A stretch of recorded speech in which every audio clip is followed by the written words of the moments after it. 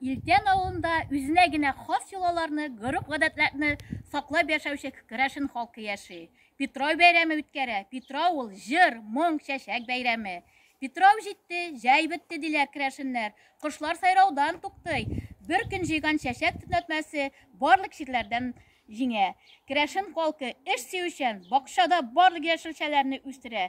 Җырлар җырлап, күңелле итеп ял итә беләләр. Петров бәйрәме белән шын күңел дигән котлыйбыз сезне. Һәр кешегә гаилә именлеге, хезмәт уңышлары, исәнлек, саулык, бәхет, күңел көрәше телибез.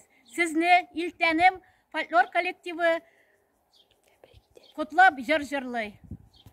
Урманы буе зәңгәр чәчәк, кеменәр итеп чәчтиген. Урман буе зәңгәр чәчәк, кеменәр итеп чәчтиген. Яшь гомерне чәчкә диләр, чыннан да чәчкә икән. Яшь гомерне чәчкә диләр, чыннан да чәчкә икән. Аклы яулык җәйгә яулык, җәй көнендә бәйлибез.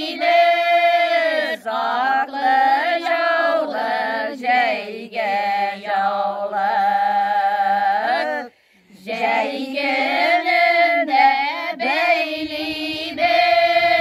Билдән дигән асыл җирдә без бит дуслар яшибез.